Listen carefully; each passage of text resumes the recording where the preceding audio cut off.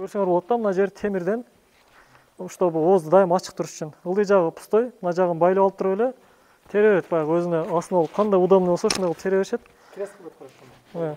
Эми бир канча ыкмасы бар да, негизи кыскасы мына жерде өзүңөргө удобный болсо, шапа-шапа терип туруп, баягы ящикке келгенде чоң-чоң ящиктер болот. Биздикинде кичинекей эмес, 1 тонналык ящиктерге асты жагын бошотуп коюп эле муну көтөрүп, түшүмдө ташташат да. Бул атайын ушундай жыйнай турган. Бизде мисте тергенде жөнөкөй эле мешокторду ушундай зым өткөрүп туруп, аксылыктар билет, аксы жакта ушундай кылат. Мистен дагы ушундай кут ушундай ыкма да, эми примерно логикасы бирдей эле. Тере беришет, жулуп элет, сала берет, жулуп эле сала берет. Акырына аны тебелеп туруп мына мешогу менен. Анан кийин төгүп, аны тегирменине берет да. Алманы ошентип берсе зака жеп калбайбы? Зака жебейт, эми акырын коет да. Терип эле акырын коет. Бокаттан ак булактан металл деген аказ жасайт.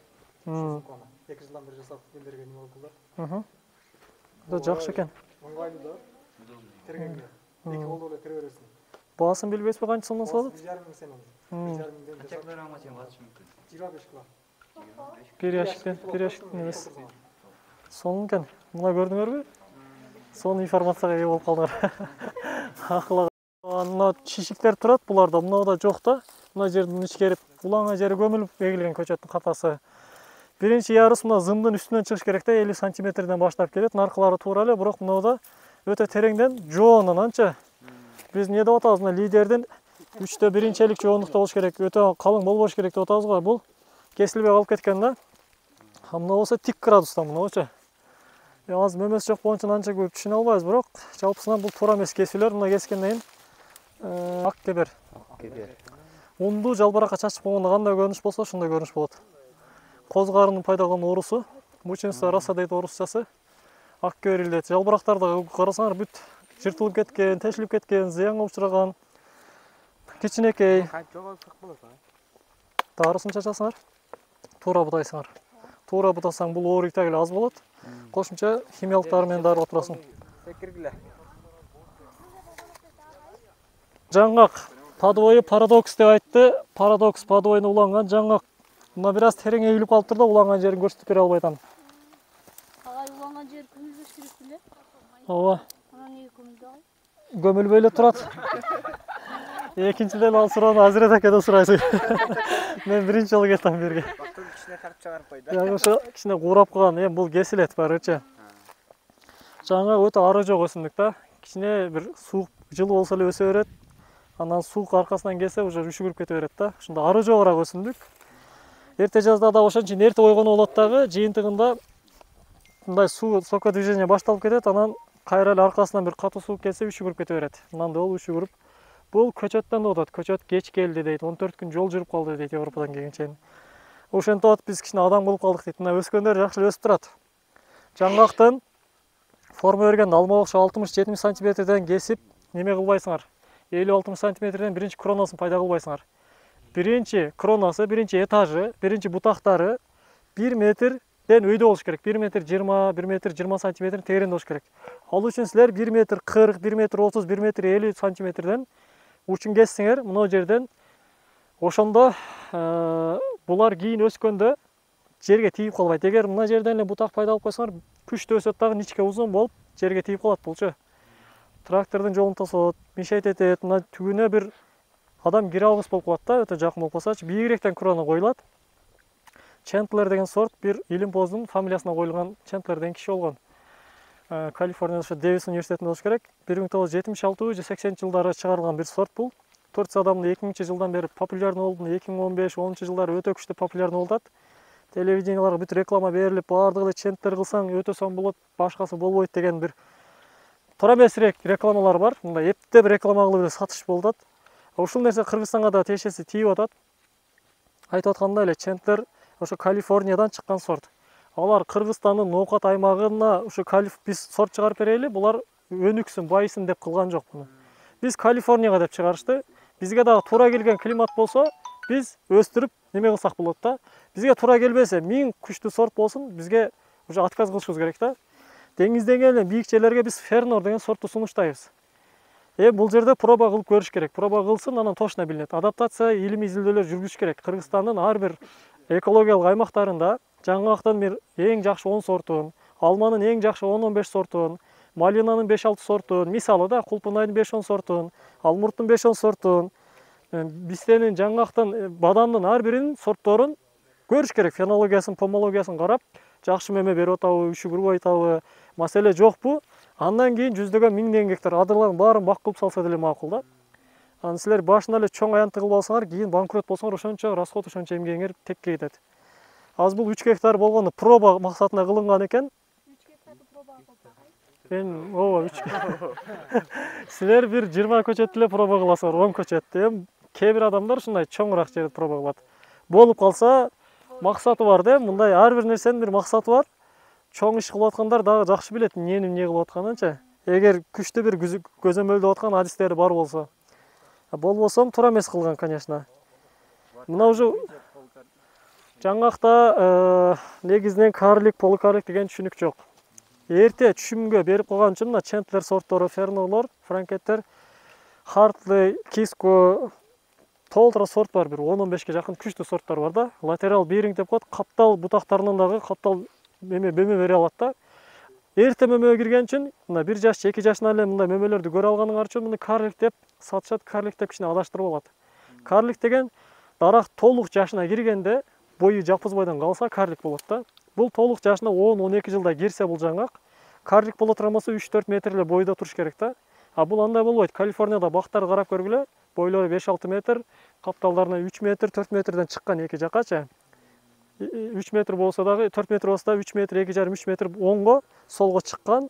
6га 4 схема посадкалар бар. Мисалы, мынаныкы бир 6га 5 ушундай кылып коюп коюптур да, квадратный кылыпчы. Кичине алыс.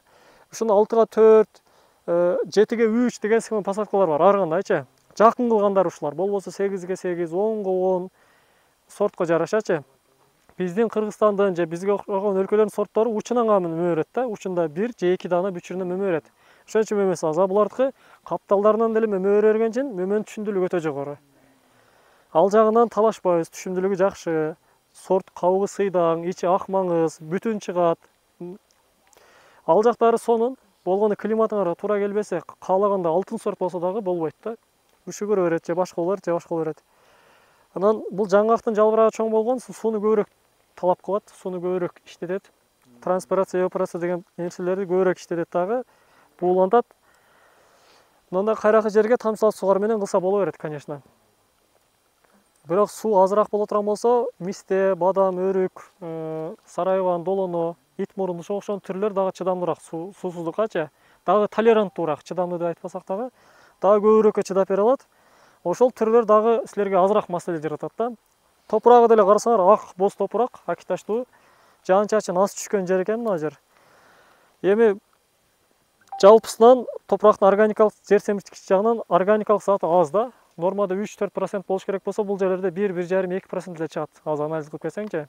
Буларга чириндик кыктарды, биогумустарды, канаттуулардын, жан жаныбарлардын кыктарын жакшы таза аймакта чиритип, анан беришибиз керек да.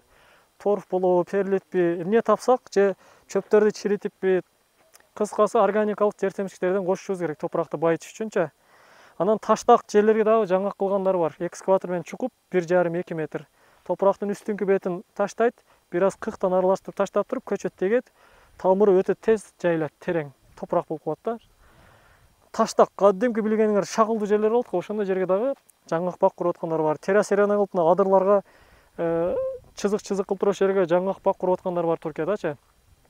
Кылса болот, болбой турган эч нерсе жок. Болгону биз качан болбойт дейбиз? Экономический майында болбойт деген сөз, жакшы түшүм ала албайсың. Дарак өсө берет, мөмө бере берет, аз берет, же үшүгүрат, же биринси болот. Маселе көбүрөөк болот. Ошол майында болбойт деп айтылат да. Болбойт деген 100% болбойт деген сөз эмес. Бизде азыр зайтун, минуселер өсүп атат, мандарин, апельсин, ал болбойт деген болсо өспөш керек эле, өсүп атат. Ал экономический майында болбойт да. Силер 100 сом акча чыгарып 200 сом таба албайсыңар аданчы. 100 сом чыгарсаңар 80 сом же кайра эле 100 сом табып каласыңар. Кереши таба албай каласыңар деген майында болбойт деп коет да. Климат туура келбейт. Бизде мисалы фундукту кайерге ысык көлүгү гана сунуштайбыз, нымдуулук, абасы нымдуу болгон жерлергечи. Аны алып келип туруп ушу Арабанга же болсо Кызылжар, Шамалсайга алып барып эксең, какыраган жерге болбойт. Дарак өсүшү мүмкүн, бирок бир да мөмө ала албайсыңар. Алсаңар сапаты жок нерсе болуп калат да. Климатына жараша түр, подвой тандалат. Парадокс айттык ошол кайсы оору кайсы кечкен эмне чыдамдуу экени азыр толук эсимде жок, бирок эки түрдүн жаңгактын бир 11-12 жакын, жок 18ге жакын түрү бар. Биз жеген Juglans деген чыныгы түрү да, биз жеген түрү гана, бир гана ошо түрү Juglans regea. Chinensis деген бар Кытайда өсөт. Nigra деген бар Америкада өсөт, Калифорния жактарда. Жапайылар, ошолордон бири-бирин чаңдаштырып атып, Paradox деген подвойду өндүрүшкөн. Американ илимпоздорчу. Будан башка дагы ушул мелез аргындаштыруу жолу менен чыгарылган бир канча подвойлор бар. Бирок жалпысынан Түркияда деле, Кыргызстанда анча кылынбай эле келатат. Өндүрсө, жаңгактын өзүн эле эгесиңер, чыккан көчөт мындай болуп чыгат. Мен азыр үйдө кылып атам, аз-аздан сүрөттөрдү синтерге көрсөттүм. Мына жерин тазалап туруп эле, бул жерге улап кое турган болсоңор, шакекче формасында бүчүр улоо ыкмасы менен, же болсо баягы 4 кылып кесип ошол жерге бүчүрдү жабыштырып, ал жол менен бүчүр жолу менен, же болсо зигзаг, инглиз ашысы деп калемче менен мындай кылып туруп, бул жерден эрте жазда кесип алып, эрте жазда дарак ойгон элек мезгилде ушо улап койсо болот. Ошол 2 ыкма жак чыгармайт да, ушул 3 ыкма. Калем менен уласаңар зигзаг формасы, бүчүр менен уласаңар ошо август-сентябрь айларында же билезик формасына тегеретип кесип туруп, бүчүрдү ыргытып, ошо өзүңөр улай турган Chandler Ferno'ду алып келип жабыштырсаңар, кодто ошондой көчөт боло берет. Тамыр уруктан чыккан ар бири бир аз өзгөчө болуп калат. Мына Paradox эгер булар инвитро шарттарында тканой культура ыкмасы менен алган болсо лабораторияда, анда 100% бардыгы подвой бирдей, сорту да бирдей, асты да үстү да бирдей болгон үчүн дагы заманбабыраак көчөт да. Болгону кайсы топурак шарттарына ыңгайлуу, кайсы топурактарда жакшы өсөт, кайсыларга анча эмес, ошону аныктап, биздин топурактын шартын аныктап туруп, анан карап көрүшүбүз керек да. Бизге дагы туураараак келеби же бизге анча эмеспи? Ошого карап туруп, подвойду тандашыбыз керек да. Пландаган өзү өтө чоң нерсе. Канча туура планданган болсо, андан кийинки иш анча жеңил болот да, кыйла жеңил болот. Кыргызстанда мындай заманбап бир бак курулган пока что жок да, бир 2-3 гектар мен деле мына Оштун машина базарынын тегеректерине бир сабак жүрүп бак көргөнбүз. Чентерден куралган, ал убакта ошо 2 жылдык болуп калган эле. Азыр 4 жылдык болуп калса керек. Ушунда бирин серин келатат жаңгак. Мисте дагы ушунда бирин серин эле бар. Бадам дагы эми келатат. 250 гектар сузакта бир агаларыбыз кылып атат. Аз-аздан 35 гектарын куруп койду. Эми Кыргызстанда ошо багбанчылыкка маани берип, кызыгуу көп болуп атат. Болгону туура эмес информация дагы ошого жараша көбүрөөк болуп калат. Силер жакшы үйрөнүп чыксаңар, көбүрөөк адамга туура информация жетип калат да. Ар бириңер 10дон 100дөн адамга айтып турсаңар деле, бул Кыргызстанда туура информациянын жайылуусуна, ишкерлердин туура информация менен иш жасоосуна, ал болсо жакшы бир ийгиликтерге алып келет. Баардыгыбыз үчүн пайдалуу болот бул нерсечи. Ошон үчүн баардык нерсе ушул окууга, кызыгууга келип такалып атат кайра эле. Жалпысынан ушундай сурооңор бар мына жаңгак бак боюнча? Өсүүсүндө маселе жок экен. Эми былтыр кышында эгилген болсо, жазында өстүр, эми быйыл кышта көрүшүбүз керек да. Кийинки жылы жазга чыкканда мынандай болуп турса, бул кышында үшүгүрүп кетти деген сөз да. Мынандай болуп ылдый жактарынан чыгып атса. Эгер мындай жок, бардыгы эле 100% көктөп аткан болсо, кышкы сууктан мешайт эткен жок, үшүгүргөн жок. Бул байкасаңар дөңдүн чокусунда турабыз азырчы. Эмне дедик? Суук абанын молекуласы оор болот дедик. Бир баняга кирсеңер, чай кайнатсаңар, буусу өйдөгө көтөрүлөт. Жылуу абанын молекуласы өйдөгө учат, себеби жеңил.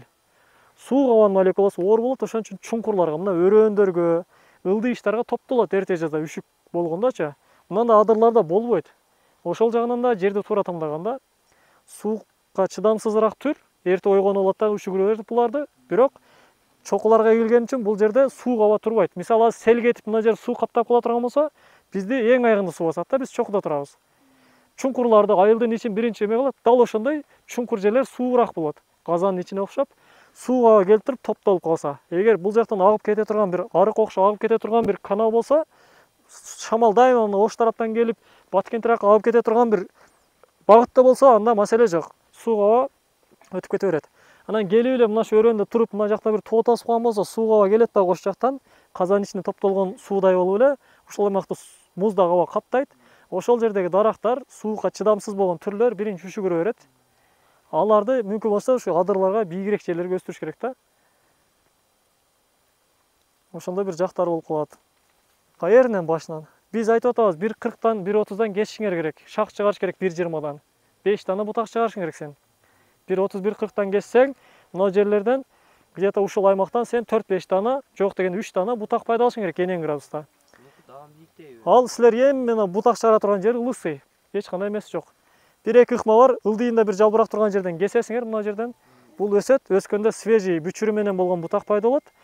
1-40 барганда дагы бир чикенкалап коесуңар, жайдын ортосуна барганда, ошол жерден шак пайда болот. Бир аз кыйшык болуп калат, бирок анча маселе эмес. Бул бир ыкмасы. Эми азыр көрүнүп турган ушул ыкма туура келип атат да. Ошол окшогон көчөттөр чет өлкөдөн келгенде адамдар тебелейт аяктан бияка түшүрүп атып, мына денесиндеги эң бизге керектүү бүчүрлөр сынып калат дагы. Ал пайда болсо 2-3 жылдан пайда болот, пайда болбосо пайда болбойт да. Эки жол бар. Пайда болсо деле биз 2-3 жыл күтүшүбүз керек ошончо. Кайра мындай бутак пайда болуп бериш үчүн. Кирбовка деп ушунун үстүн кесип атып башкалап анан чыгарабыз да. Эгерде ушул Кыргызстан аймагында Ошто, Жалал абадта көчөттөр өндүрүлсө, аз эле расстояние ташылган үчүн көчөттөрдү аз-аздан жүктөйт элек, акчадан кызганбай, неме кылат элек дагы, көчөттү көп деле кыспай, мына бүчүрлөр сынбай келет эле да. Азыр Туркиядан $4 алып эгип атабыз, бирок кымбат алып эксек деле келатып мына бүчүрлөр сынып калып атат да. Айла жок, Сербиянын арзан көчөтү менен Түркиянын кымбат көчөтү, Өзбекстан арзан менен ал жактан Европанын кымбат көчөтү разницасы аз эле болуп калат. Жерге отурулгандан кийин мен бак бутап бер, карап бер десем, мына жерден чак чыгарайын десем, бардыгы өлгөн бүчүр болуп калат. Кантип чыгарасың? Өзүң тап да, качественный сорт, качественный подвой. Шакталган деди эле жолдо келат сынып калган шагынын бүчүрүнүн баары. Ушундай жагын да караш керек да. Ошон үчүн ички өндүрүш, ата мекендик өндүрүш, көчөтүн болсун, уругун болсун, сортторун көбөйтүп, сортун дагы чыгарып, ошону көбөйтүп дагы Кыргызстанда мына ишкерлер. Жөн эле мисал берип атам, азыр бул жерде деле ошол канча көчөт бар деп атабыз? 25-15 гектар жерде. 25 миң деп атабызбы? 25 миң көчөттү деле мисалы $1 сатсаң $25 000, $4 сатсаң канча болуп калат? $100 000 акча кетип атат да. Көчөттүн өзүнөчү. Ошону көчөттү бирөөң өндүрсөң, бирөөң мына зымын өндүрсөң, бирөөң стойкасын өндүрсөң, акчаң баары Кыргызстанга калат да. Турцияга кетпейт, Италияга кетпейт, Израиль кетпейт. Ал өлкөлөр акылын иштетип, биз барып ошол жерге арзыбаган бир $200-100 иштеп, ушинтип жүрөбүз да, кара жумушчу болуп. Окуп ошол жерде үйрөнсөңөр, мына клиенттер даяр. Кылган адам жок деп атат да, адис жок. Болсо, жан деп иштет, жан деп. Булар $10 000 берчек, биздин кыргыздарга $5 000 берет. Булар дагы чөнтөгүнөн эле жакшы да. Кыргызстан ишкерлеринечи. Ал үчүн качественный үйрөнүш керек, бирок эптеме эсептемей болбойт да. Качественный, ар бир деталына чейин эмне үчүн бул мындай, кандай кылганда эң жакшы болот. Варианттар бул өзгөрө берет. Айыл чарбасы 2 кош, 2 дайыма 4 болбойт да. Кээде 3, кээде 5. Мына жерде башкача, ошо тоонун аркы өзүнө башкача боло берет. Ушул эле нерсе. Тирүү организм, топуракта бүт нерсе тирүү. Тирүү менен алектенип атасыңар. Силер бир темир чыгарам фабрикада иштебей атасыңар да.